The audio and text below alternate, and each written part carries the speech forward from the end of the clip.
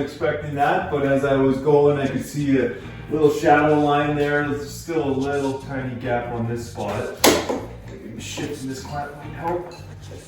And I'm just trying to make it so that all of that PL premium that I put on there is fully squeezed out. If there's any extra that is going to be more than what the two surfaces need, that it actually squeezes out.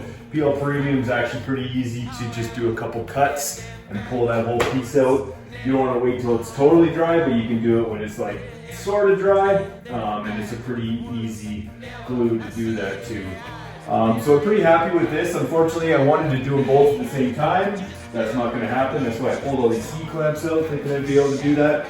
Not going to happen, so tomorrow I will do the other one because this PL Premium, it says it's supposed to cure for a full 24 hours, and the last thing I want to do is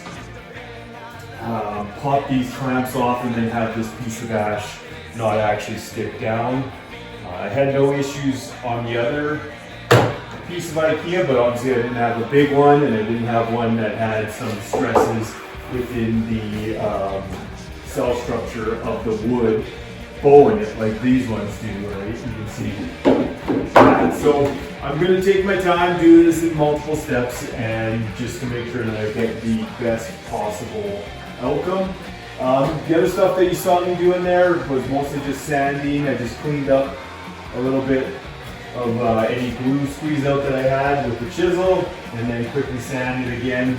The sanding is important because that's how the finish will take to the wood nice and evenly.